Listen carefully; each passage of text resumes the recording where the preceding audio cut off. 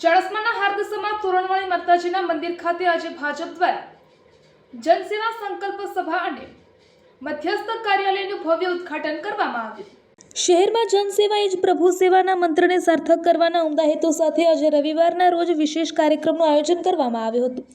મહેસાણા શહેર ભાજપ દ્વારા આયોજિત આ કાર્યક્રમમાં પ્રદેશના દિગ્ગજ નેતાઓ અને મંત્રીશ્રીઓની પ્રેરક ઉપસ્થિતિ જોવા મળી હતી। મુખ્ય મહેમાનો અને આગેવાનો આ પ્રસંગે પૂર્વ મંત્રી ભૂપેન્દ્રસિંહ ચુડાસમા સહિત સંગઠનના હોદ્દેદારો ઉપસ્થિત રહ્યા હતા। ગિરીશભાઈ રાજકોર, ભરતભાઈ ડાંગર, હરિભાઈ પટેલ, મુકેશભાઈ પટેલ, અશોકભાઈ ચૌધરી જનસેવા સંકલ્પ સભા સવારે 9 કલાકે શ્રી તોરણવાળી માતાજીના ચોક ખાતે સભાનું આયોજન કરવામાં આવ્યું હતું, જેમાં મહેસાણા મહાનગરપાલિકાની આગામી ચૂંટણીના તમામ વોર્ડના ઉમેદવારોને શપથ લેવડાવવામાં આવ્યા હતા અને ત્યારબાદ મધ્યસ્થ કાર્યાલય ઉદ્ઘાટન સભા પૂર્ણ થયા બાદ કમલમ કાર્યાલયની બાજુમાં નૂતન મધ્યસ્થ કાર્યાલયનું વિધિવત ઉદ્ઘાટન મહાનુભાવોના હસ્તે કરવામાં આવ્યું હતું। ઉમેદવારો અને કાર્યકર્તાઓ માટે આ સૂચનો આપવામાં આવ્યા હતા।